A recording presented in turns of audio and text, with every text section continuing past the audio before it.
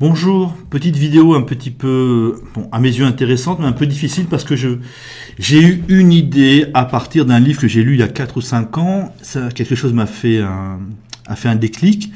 Je n'ai pas retrouvé ce livre, donc je vous fais une analyse, une extrapolation à partir d'un livre que j'ai lu il y a 4 ou 5 ans. Donc ça va être un peu plus confus encore que d'habitude, mais je crois que ça va être intéressant.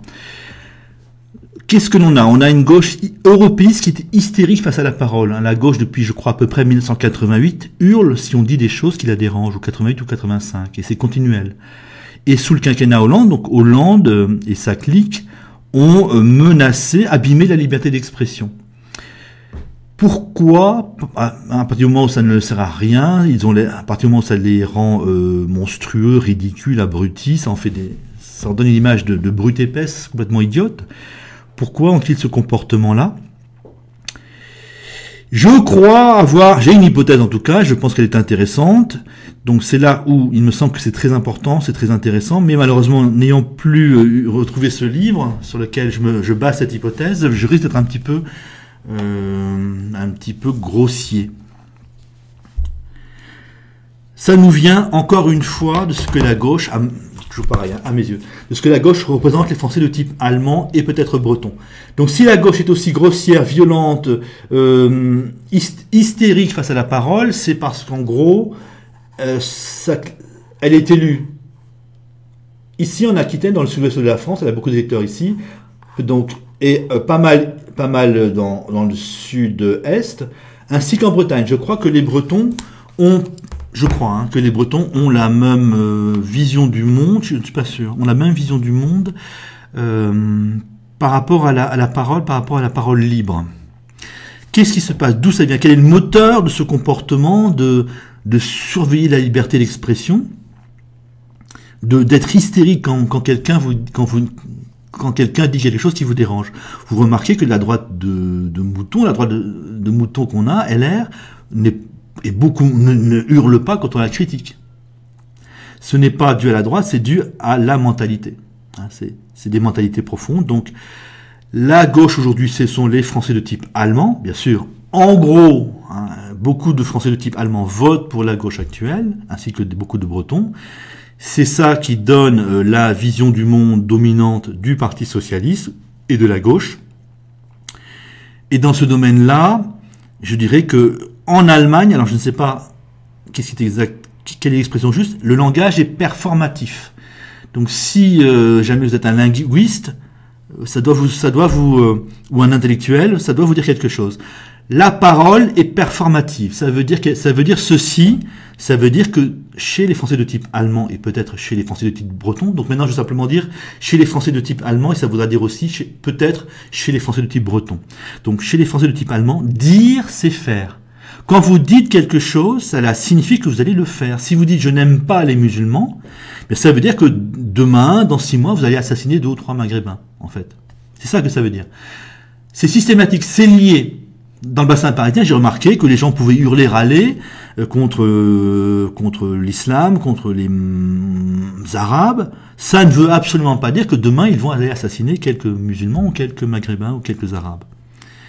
Donc c'est pour ça que dans le bassin parisien qui tenait la France, qui a tenu la France longtemps après la Révolution française, on avait une liberté d'expression totale, puisque dire, ça ne signifiait rien. Vous dites et puis c'est tout. Et ce qui était criminalisé dans le bassin parisien, c'était je ne sais pas comment dire, l'appel à la violence. Mais, donc, comme nous sommes gouvernés maintenant de plus en plus depuis 1974 par les Girondins, c'est-à-dire en gros par les Français de type allemand ainsi que les Bretons, ils imposent leur mentalité, donc le dire c'est faire. Si vous dites « je n'aime pas l'Europe », ça veut dire que vous allez agir contre l'Union européenne, peut-être poser des bombes contre des europistes.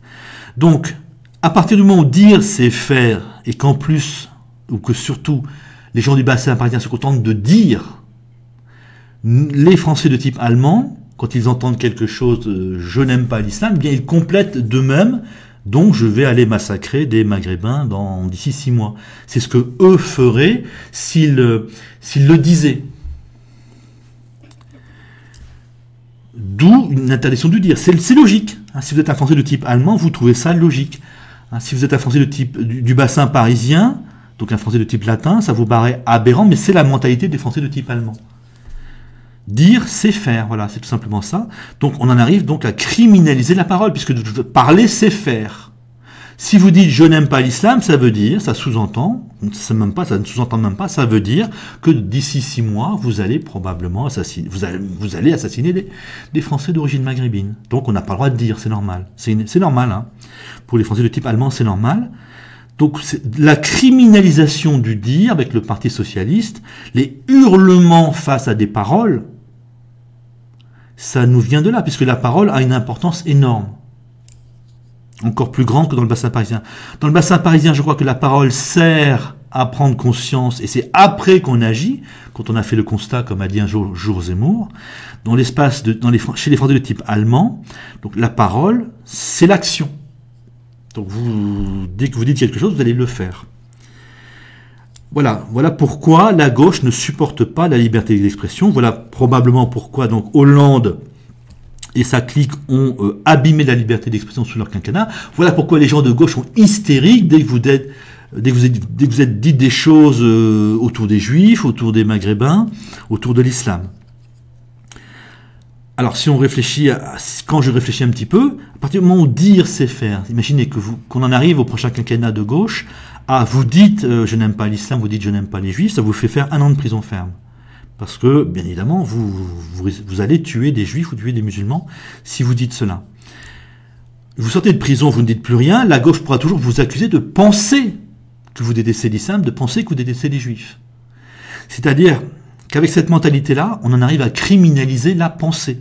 Et ça a commencé sous le quinquennat Hollande, avec des juges qui disaient on dit que vous pensez ça. Et c'est pas bien. Et on vous condamne pour ça. C'est normal. Donc on passe du dire c'est faire à penser c'est faire. Et on pourrait même imaginer, hein, en allant jusqu'au bout de ce fonctionnement, que tous les islamophobes, et ils sont très nombreux en France, que tous les islamophobes soient systématiquement condamnés par la gauche, ce qui est normal, puisqu'ils n'aiment pas l'islam, ça veut dire qu'ils vont tuer les musulmans. Ça veut dire ça, hein, pour les Français de type allemand. Donc on pourrait imaginer que la gauche mette en camp de concentration minimum, donc tous les islamophobes, et même cherche qui dans ses réflexions, dans son cerveau, est islamophobe. Puisque penser, c'est également faire pour les Français de type allemand. Donc là, si on a encore la gauche 1 ou 2 quinquennats, ça lutte contre la liberté d'expression et contre la pensée même sera de plus en plus forte, et c'est terrifiant. J'ai un très bel exemple là-dessus du dire c'est faire. Chez Tadei, dans une émission de Tadei, je ne sais plus son prénom, vous avez eu Chantal Delsol qui a dit quelque chose comme il y a trop d'immigrés, je ne me souviens plus très bien, et Cohn-Bendit a répondu immédiatement, vous allez les expulser, je crois qu'il a dit quelque chose comme ça. Chantal Delsol, je pense qu'elle est née à Paris, donc elle est latine, alors que Cohn-Bendit, lui, est né à Montauban. Alors non seulement il est français de type allemand, mais français de type allemand protestant, donc en quelque sorte, il y a de plus pur dans cette mentalité de dire c'est faire. Et c'est normal, si vous voulez. Chantal Delsol, il y a trop d'immigrés, il y a beaucoup d'immigrés. Le français de type allemand va ajouter le faire, puisque Chantal Delsol ne fait que dire. Donc Cohn-Bendit a supposé que Chantal Delsol pensait qu'il fallait les expulser, ou qu'elle voulait les expulser. Voilà, c'est un très bel exemple de français de type latin face à un français de type allemand, ou quelqu'un qui a la mentalité française de type allemand, face à face, et qui ne se comprennent pas, et on en arrive à ce que le français de type allemand accuse le français de type latin de faire des choses. Le remède, c'est quand vous dites quelque chose, donc là je parle pour les français du bassin parisien, et sans doute, je parle aux français de type latin. Le remède, c'est de dire, alors français de type latin, c'est bassin parisien, plus Marseille, Perpignan, plus le Limousin. Donc le remède, c'est quand vous dites quelque chose, vous ajoutez le faire, votre propre faire. Donc si vous dites je n'aime pas l'islam, en général vous vous arrêtez là, mais si vous dites je n'aime pas l'islam, vous ajoutez ce que vous voulez faire par rapport à l'islam. Par exemple, je vais arrêter l'immigration et je veux qu'à l'école on enseigne une critique de la religion. Là, la gauche ne pourra pas supposer que vous voulez massacrer les musulmans. Il pourrait vous laisser tranquille, pourrait même discuter autour du projet, autour de ce que vous proposez. Voilà. Hein. C'est-à-dire quand vous, donc le remède à cette hystérie de gauche, c'est quand vous dites quelque chose, vous ajoutez le fait, un faire, n'importe quel faire si vous voulez. Hein, on va faire ceci, on va faire cela.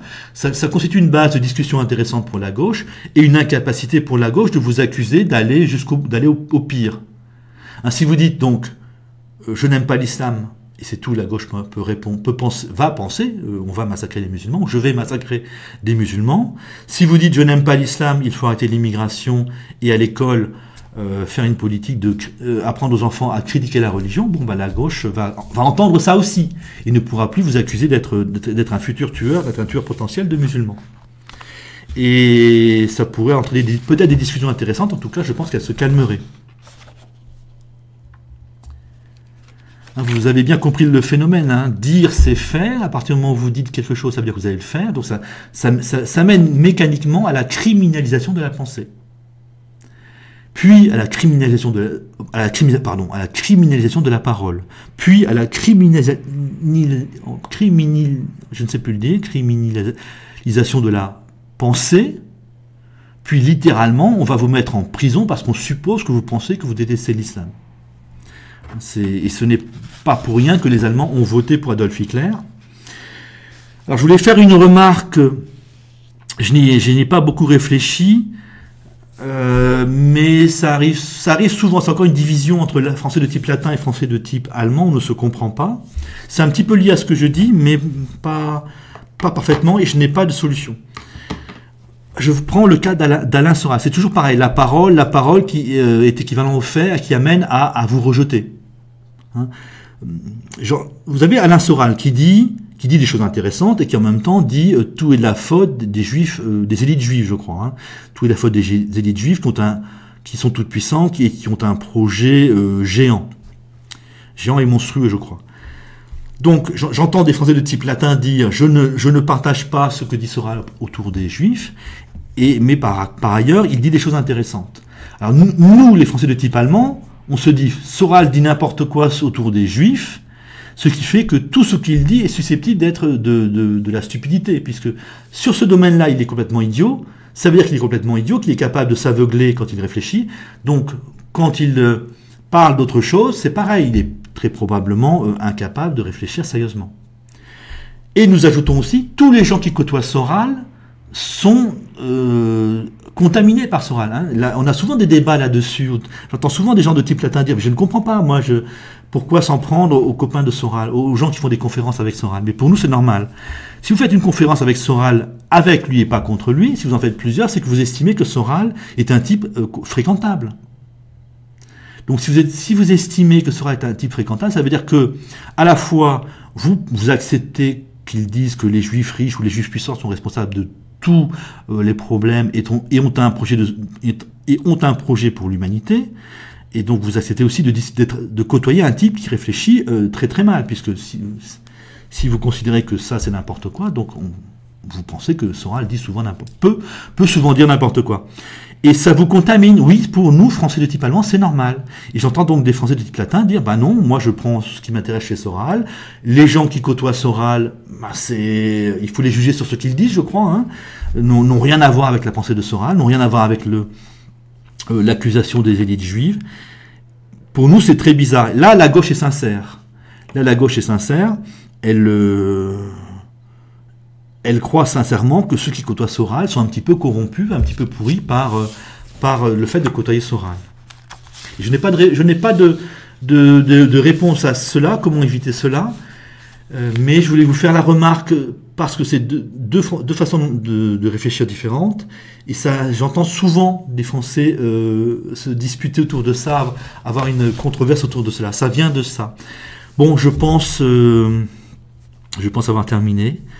Donc le nœud de la haine qu'a la gauche à la parole, le nœud de cette action du petit Hollande qui lutte contre la liberté d'expression, ça nous vient donc du dire qui est pareil que le faire chez les Français de type allemand. Moi, par exemple, au début, un autre exemple, quand je discutais avec des Français de type latin qui râlaient contre l'islam, les latins osent râler beaucoup. Et finalement agissent très très peu. Donc j'entendais des Français, je lisais des Français de type allemand, de type latin dire je déteste l'islam, je discutais avec eux. Moi je croyais vraiment que ils allaient tuer des musulmans. Pour moi, quand on disait cela, j'avais des images de Saint-Barthélemy ou de camps d'extermination. Vous voyez, la gauche là est peut-être sincère.